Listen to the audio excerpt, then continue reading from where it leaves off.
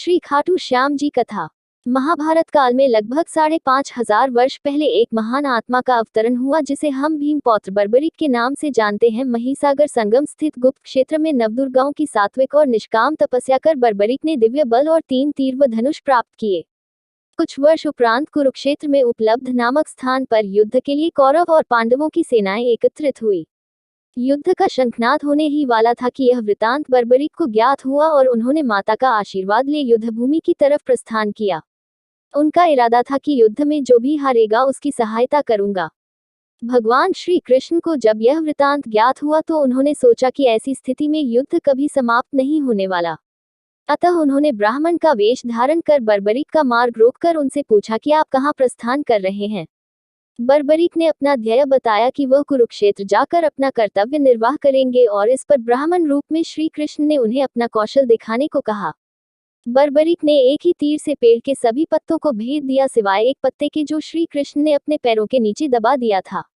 बर्बरीक ने ब्राह्मण रूपी श्री कृष्ण से प्रार्थना की कि वह अपना पैर पत्ते के ऊपर से हटाए वरन आपका पैर घायल हो सकता है। श्री कृष्ण ने अपना पैर हटा लिया व बर्बरीक से एक वरदान मांगा। बर्बरीक ने कहा, हे यजमान, आप जो चाहे मांग सकते हैं, मैं वचन का पूर्ण पालन करूंगा। ब्राह्मण रूपी श्री कृष्ण ने शीश दान मांगा। ये सुनकर बर्बरीक तनिक भी विचलित नहीं हुए, परंतु उन्होंने श्री कृष्ण को अपने वास्तविक रूप में दर्शन देने की बात की क्योंकि कोई भी साधारण व्यक्ति ये दान नहीं मांग सकता। तब श्री कृष्ण अपने वास्तविक रूप में प्रकट हुए। उन्होंने महाबली, त्यागी, तपस्वी वीर बर्बरीक का मस्तक रणचंडिका को भेंट करने के लिए मांगा और साथ ही वरदान दिया कि कलयुग में तुम मेरे नाम से जाने जाओगे। मेरी ही शक्ति तुम में निहित होगी। देवगण तुम्हारे मस्तक की पूजा करेंगे। जब तक ये पृथ्वी, नक्षत्र, चंद्रमा तथा सूर्य रहेंगे तब तक तुम लोगों के द्वारा मेरे श्री श्याम रूप में पूजनीय रहोगे। मस्तक को अमृत से सींचा और अजर अमर कर दिया। मस्तक ने संपूर्ण महाभारत का युद्ध देखा एवं युद्ध के निर्णायक भी रहे। युद्ध के बाद महाबली बर्बरीक कृष्ण से आशीर्वाद लेकर अंतर्ध्यान हो गए। बहुत समय बाद कलयुग का प्रसार बढ़ते ही भगवान श्याम के वरदान से भक्तों का उद्धार करने के लिए वह खाटू में चमत्कारी रूप से प्रकट हुए। एक गाय घर जाते समय रास्ते में एक स्थान पर खड़ी होकर चारों थनों से दूध की धाराएं बहाती थी।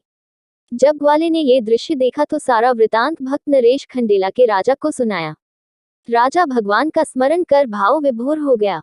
स्वप्न में भगवान श्री श्यामदेव ने प्रकट होकर कहा, मैं श्यामदेव हूँ। जिस स्थान पर गाय के थन से दूध निकलता है वहां मेरा शालिग्राम शिलारूप विग्रह है। खुदाई करके विधि विधान से प्रतिष्ठित करवा दो। मेरे इस शिला विग्रह को पूजने जो खाटू आएंगे उनका सब प्रकार से कल्याण होगा।